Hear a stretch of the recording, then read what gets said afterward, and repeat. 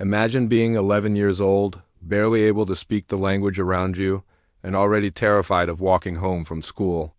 Now imagine 3 boys waiting for you every single afternoon, not to talk. Not to tease, but to beat you senseless just because they can. That was A's reality. But what they didn't know was that they were about to create someone they would never dare approach again. The moment came with one decision, one moment of desperation, and one hammer. If you've ever been underestimated, ignored, or pushed until something inside you snapped, hit that subscribe button. Like the video, drop a comment, and let us dive into a story where a quiet kid found the courage no one expected and changed the entire school's perception overnight. Arrived in the Bronx at 11 years old, a new country, a new culture, and absolutely no English. He'd walk through the doors of middle school feeling like he was entering a foreign planet. Everyone talked fast, laughed loud, and moved like they knew exactly where they belonged. He didn't. He had no words, only wide eyes, and hoped that he'd figure things out eventually. But school kids, they can smell vulnerability like sharks smell blood in the water. On A's very first day, there was a group of boys who noticed him, how he hesitated, how he didn't answer when they spoke, how he looked lost. And to them, that meant one thing: easy target, day one, school ends.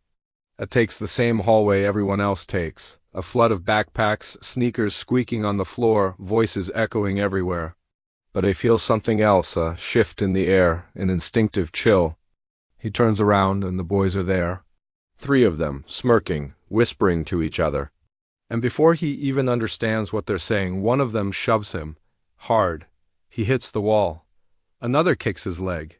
They don't need a reason. He's new. He's quiet. He's foreign. That was enough. I didn't cry. Not because he wasn't scared, but because he didn't even have the words to shout for help. He picked himself up and walked home in silence, replaying every hit in his mind, feeling each bruise bloom under his clothes. Day 2, school ends. Same hallway. Same boys. Same outcome. And the worst part? I couldn't explain what was happening to his teachers. He didn't know how. His parents were working long hours trying to make ends meet, and he didn't want to worry them. So the bruises stayed hidden, the fear grew, and the bullies grew bolder. Day 3, the punches were harder, the laughter louder, the humiliation deeper. I lay on the concrete for a moment after they left, staring at the sky and realizing something. This wasn't going to stop. They weren't going to get bored. They weren't going to leave him alone. Not unless he did something. That walk home was different. He didn't shuffle in defeat. He didn't tremble. He walked with a strange, cold clarity. When he got home, he didn't drop his backpack or go to his room. He went straight to the backyard. Straight to his father's old tool shed. Dusty shelves, old wood that smelled like oil and metal. He searched for something, anything, a stick, a pipe, something that meant he was no longer defenseless. But all he found were pliers and a hammer. The hammer was old, wooden handle, a little rust on the metal. He picked it up. It was heavy, heavier than he expected. He felt its weight settle into his palm like it belonged there.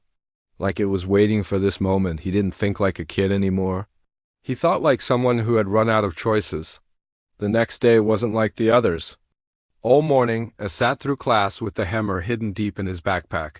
His heart didn't pound. Instead, every beat felt slow, steady, resolved. The fear had burned away overnight, leaving something sharper. When the final bell rang, he didn't walk fast or slow. He walked the exact pace he always did. He didn't try to avoid the bullies. He didn't change routes. He didn't look for a teacher. He walked right into fate, ready. There they were, same smirks, same swagger. One of them stepped forward like it was a script he'd performed 1,000 times. Maybe he thought A was going to run. Maybe he thought A would freeze, but this time it didn't wait. As the first boy reached for him, just a hand on the shoulder, the start of another beating, I stepped back, grabbed the hammer from his bag, and swung. It wasn't wild. It wasn't panicked. It was deliberate. The hammer connected with the bully's forehead with a sick, sharp crack. Instant silence.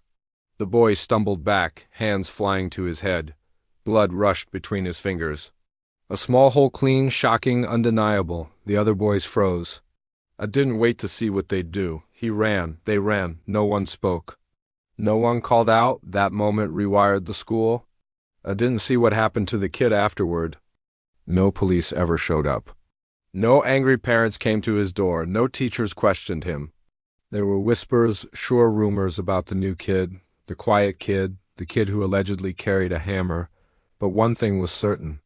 No one ever touched him again. No shoving, no punches, no mocking laughs.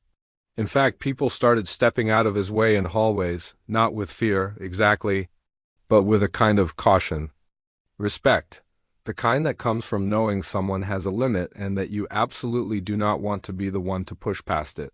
I made it through middle school like that, not popular. Not bullied, just left alone. In high school, he finally learned English. He made friends. He became the kind of person who didn't need a hammer to defend himself anymore, someone confident, grounded, shaped by hardship. But every now and then, when he'd see someone getting picked on or shouted at, he'd feel that old heaviness in his hand, the memory of the hammer. The moment he realized that even the smallest, quietest person can become unstoppable when they refuse to be a victim any longer. Sometimes the most effective message is the one you only have to send once, and in A's case, that single swing changed everything. The real lesson here isn't hit people, it's this: every person, no matter how quiet or foreign or vulnerable they seem, has a breaking point, a moment where fear turns into resolve. When you push someone too far, you don't get to decide how they'll push back. If you've ever been bullied, underestimated, or shoved aside, let me know in the comments. What was the moment you decided you'd had enough? And if you want more stories where justice hits back harder than the bullies ever expected, make sure you subscribe, like the video, and hit that notification bell. Because sometimes all it takes is one moment of courage to scare away every bully in the room.